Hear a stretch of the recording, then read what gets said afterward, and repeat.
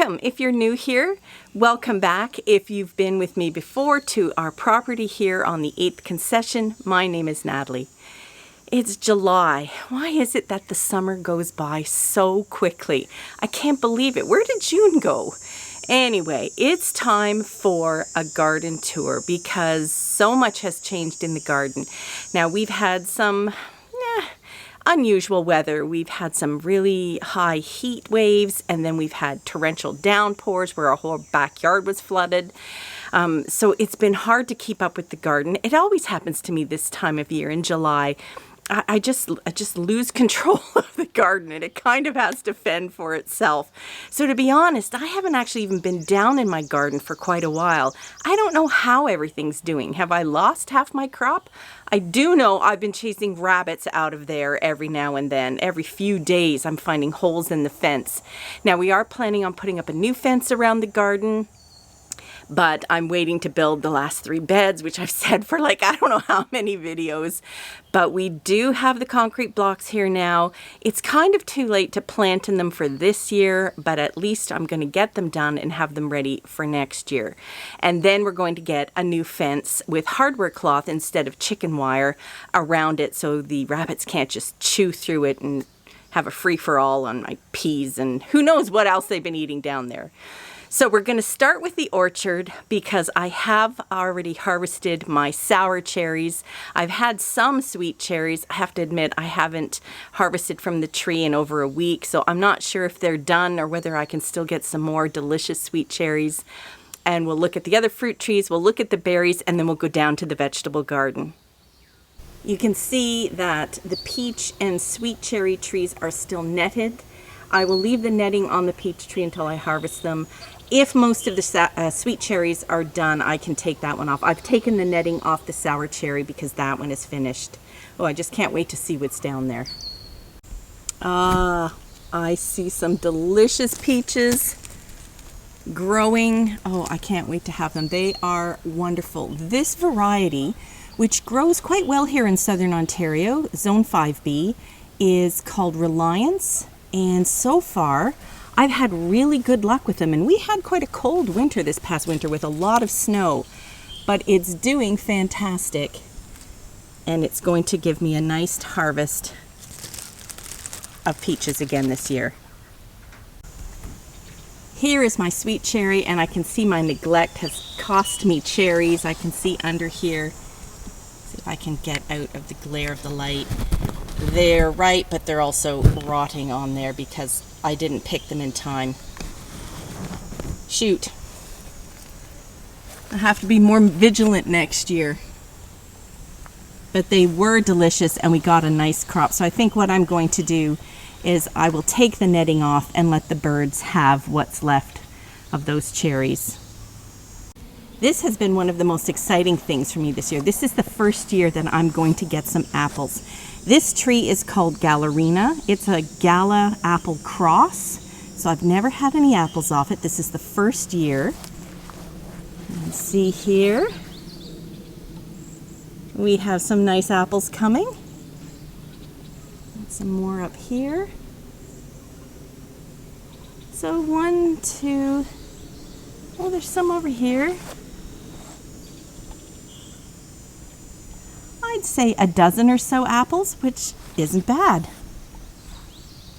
My Macintosh here is much younger, so this is the apple I love. It's good for eating, but I particularly love baking with it because it has a nice tartness to it.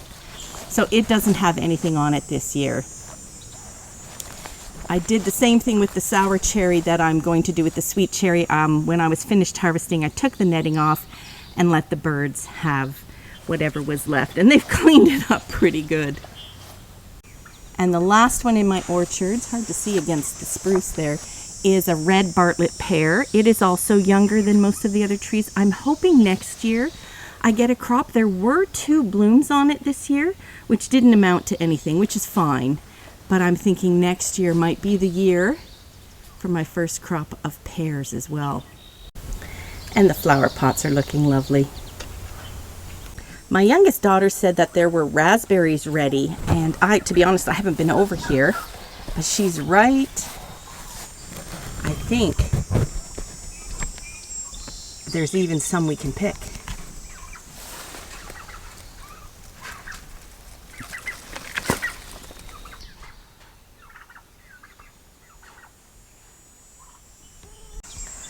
Oh, that was delicious. So I think I'm going to come over here in a little while with a basket and get some more. Oh, I can't resist.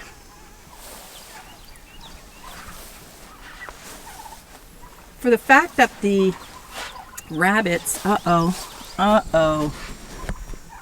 look what I see. That is our very first Japanese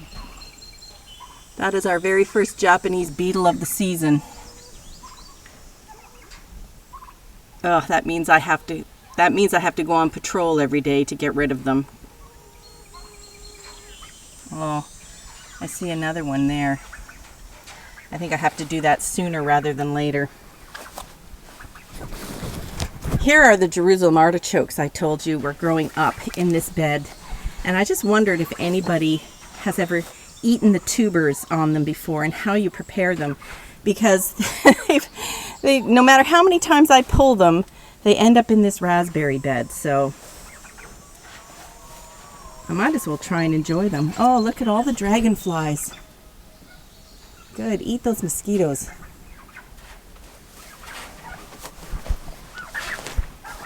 Here is my perennial sweet pea. Don't they look like little orchids? It's so pretty over here for some color in the summer. And then the blackberries, which also got a vigorous pruning from the rabbits. But you know what? Look what's coming. There are going to be lots of blackberries. Oh, there's a big clump in here as well. Oh, they're all over the place. Ha, take that, rabbits. Here's what I was mentioning. We finally got the order for the concrete blocks for the last 3 beds. Of course, right now they're just sitting here until we get the ground prepared, but it's exciting at least that they're finally going to get in. Let's see what's happening in the vegetable garden. I'm going to start with bed number 4, which I often do for some reason. It's gone wild on me. My goodness. So here in the corner I have some zinnias, which will be nice. Ignore the chickens. They're not telling you the truth. They've had their treat already. Here are some turnips I planted, but I haven't thinned them. So they're not going to grow big unless I thin them. So that's a chore on the agenda. Wanted to show you this. In here, these are the spinach seeds I'm saving from this spinach plant I let bolt and go to seed. So I'm going to harvest them soon. And my scarlet runner beans, which are going up and over the trellis. And my sugar snap peas, which I decided to put up against the back of the trellis this year. I actually haven't had any peas off them. Oh, I say that and then look what I see. This is what I get for not being in the garden enough. I have some ready to pick to use as snow peas in stir fries. Oh, and there's more up over there. Oh, I gotta get harvesting. Look at that. And then the cabbages and the leeks. I'm gonna go around the other side of this bed for that. Oh, and here's a volunteer tomato I didn't have the heart to pull because the parsnips I planted here didn't come. Here are the cucumbers that I had to replant from seed. Now, because I haven't been down here, they're starting to go this way. So I will weave them up the trellis when I finish filming, so they're going up. Honestly, ladies, you've had your treat. Oh my goodness, over here I can see a lot more of the pea pods. That's exciting. So yes, I will train the cucumbers to go up, but the ones I planted from seed have come nicely. It's just a bit later in the season for them, but they're looking healthy. Hello, Mr. Dragonfly.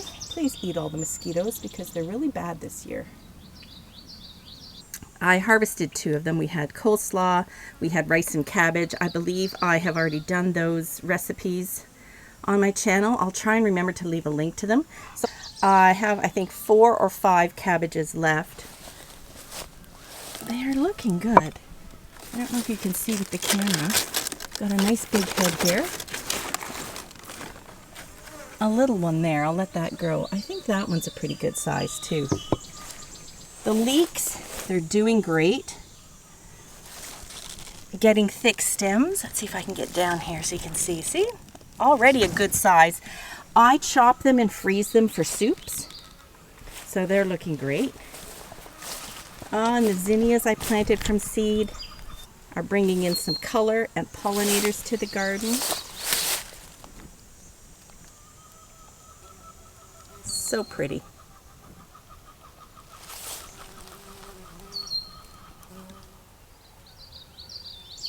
Back here in these buckets are something that I bought from a fairly local nursery we have here, Whiffletree. I've mentioned this before.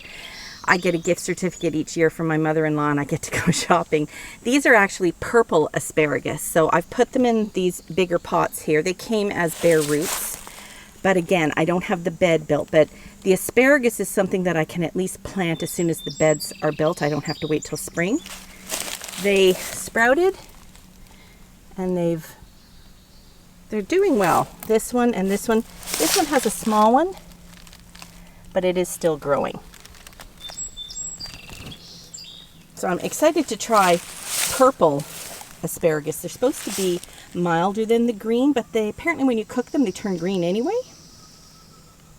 And in bed number 3 here are the onions. Look at it. It's like a jungle of onions. Now there's a few volunteer tomatoes growing up in between that I can see because this was a tomato bed last year. But it's important to pull them. The one thing about onions is they're very heavy drinkers. So they like even and consistent watering. You'll find if it gets to the point where there's a bit of a drought and you don't happen to get down to water them, they'll say, ooh, the season's over. They will bend over and then that's it. You're not going to get any bigger bulbs. So it's important with onions to keep them well watered and keep watering them if there's no rain so they keep growing.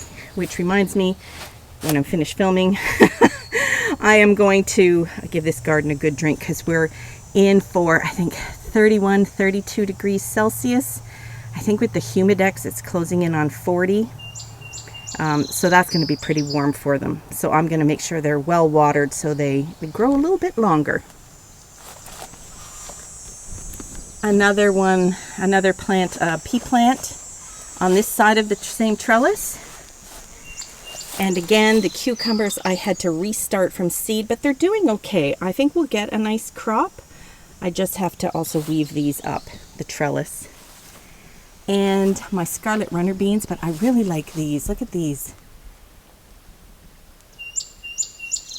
They're salmon colored, which makes a nice contrast with the sort of, well, scarlet, that's why they're called scarlet runner beans, the scarlet red. Oops, and then to have the salmon colored ones with them, it looks really pretty. A little yellow marigold down here, fighting valiantly for some space. And then these lovely pom-pom balls. These are my onion flowers. If you remember, I planted 3 onions that I had kept all winter. The Dutch onions, Stuttgarter Riesen. And they had sprouted and I want onion seeds, so I planted the 3 sprouted ones at the front here, and these are what onion flowers look like. They're kind of pretty, aren't they? Like big pom-poms. Oh, and a scarlet runner bean has decided to use it as a trellis. I'll unwind him and put him back on the trellis. So each one of these little flowers will give seeds. Another zinnia. So cute. And remember I was saying the last time that I had planted the red, I think they were called Milano de Rossi red onions, and they didn't look red? Ah, look now. There are the red onion bulbs. I'm excited to try them. Oh, I'm going to have to speed this up. The mosquitoes are bad. Bed number 2 has my cup of Moldova plum tomatoes, so sauce tomatoes, and they're doing well.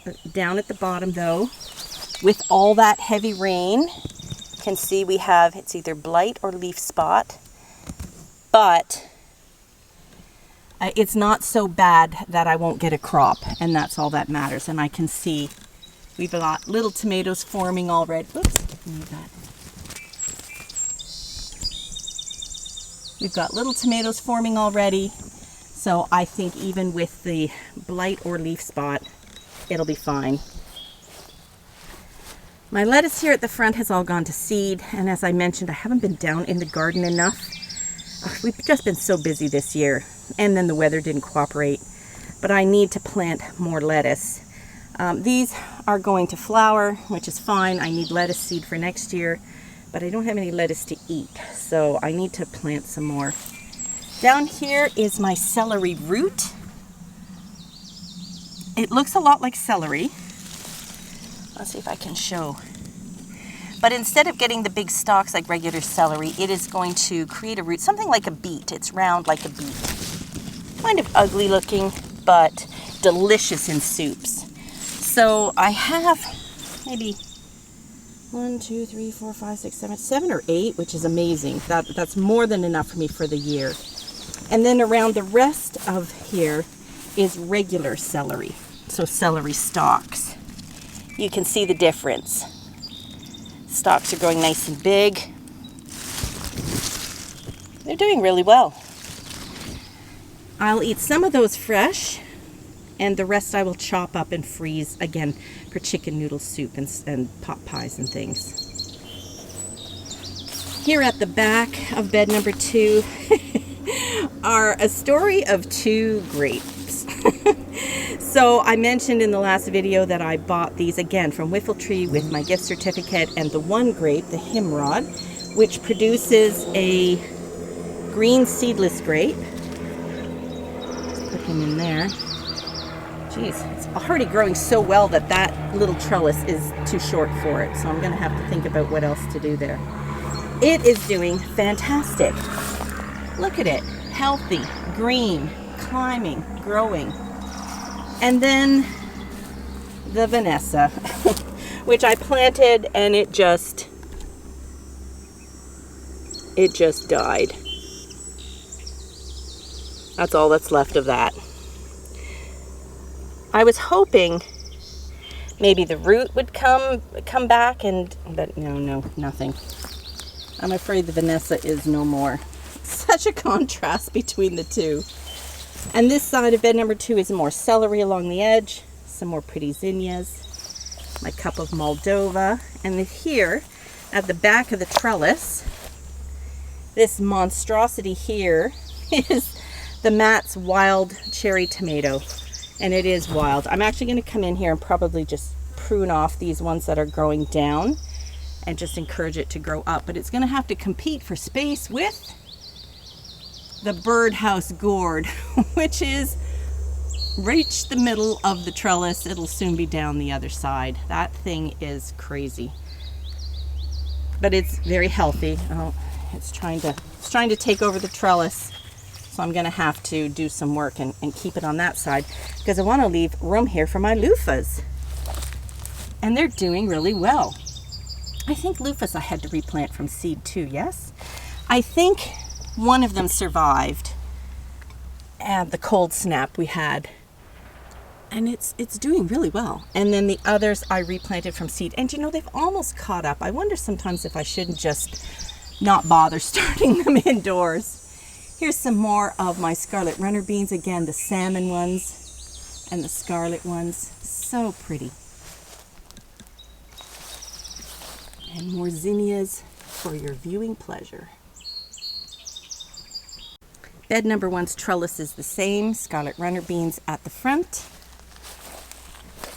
Loofahs, well, if you can find them from all the tomatoes.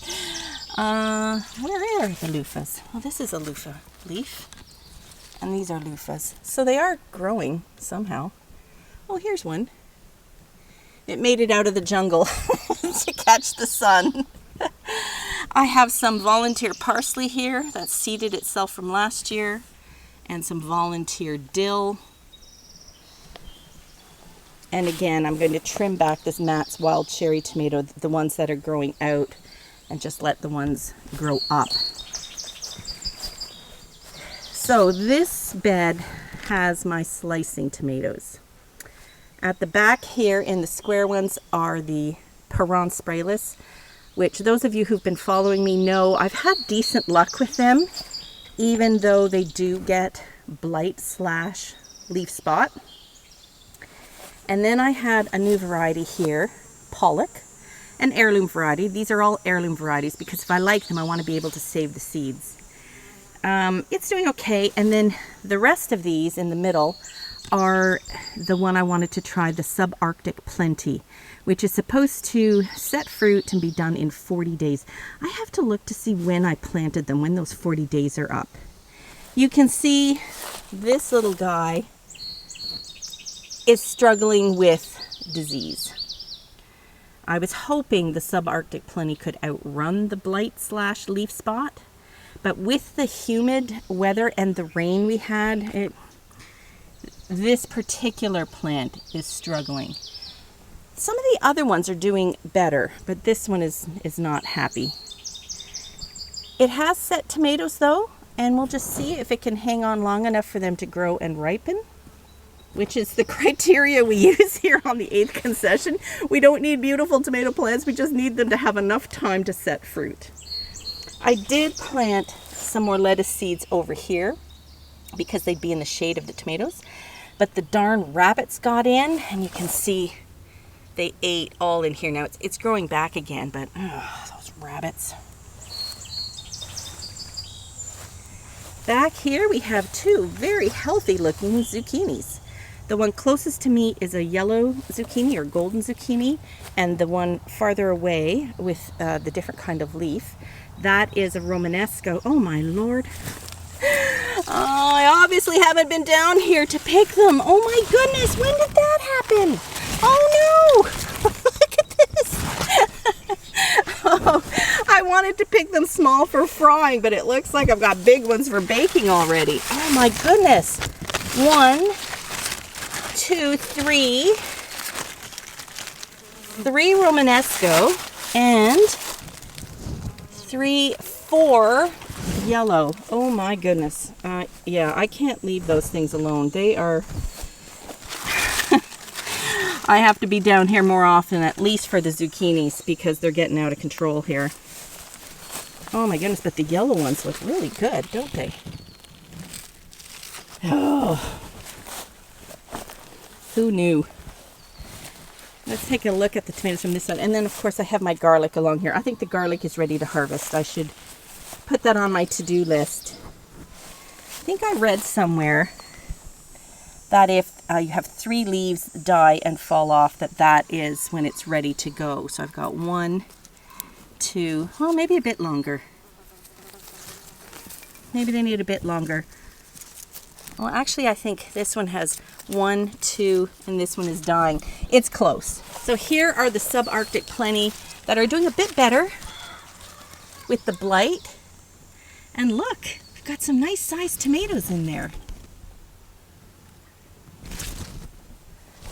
I think a bit more warm weather. Oh, there's some more over here.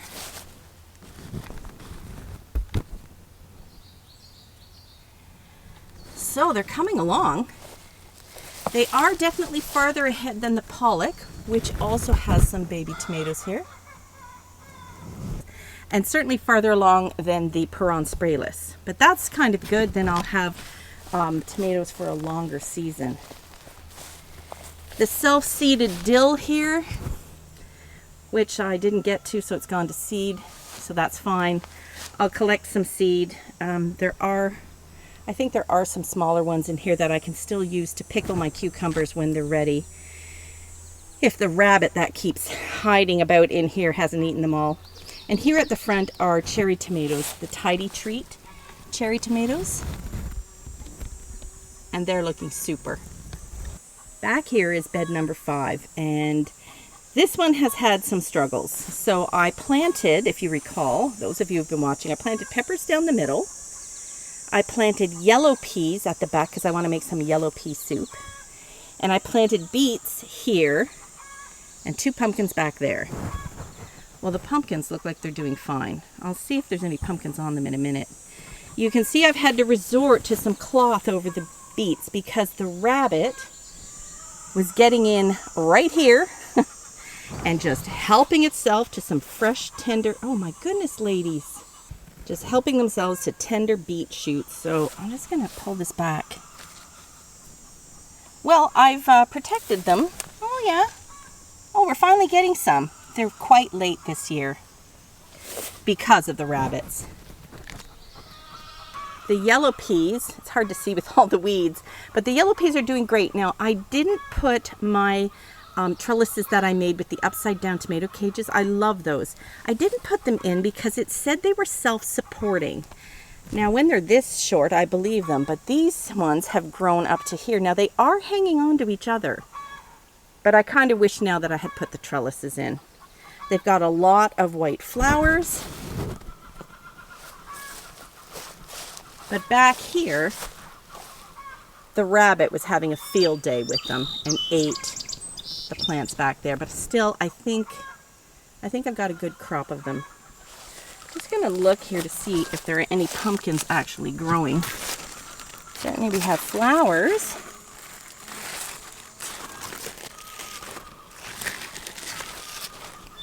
Oh, it's taking off this way. I'm going to have to redirect it over here so it doesn't run up the middle of my peppers.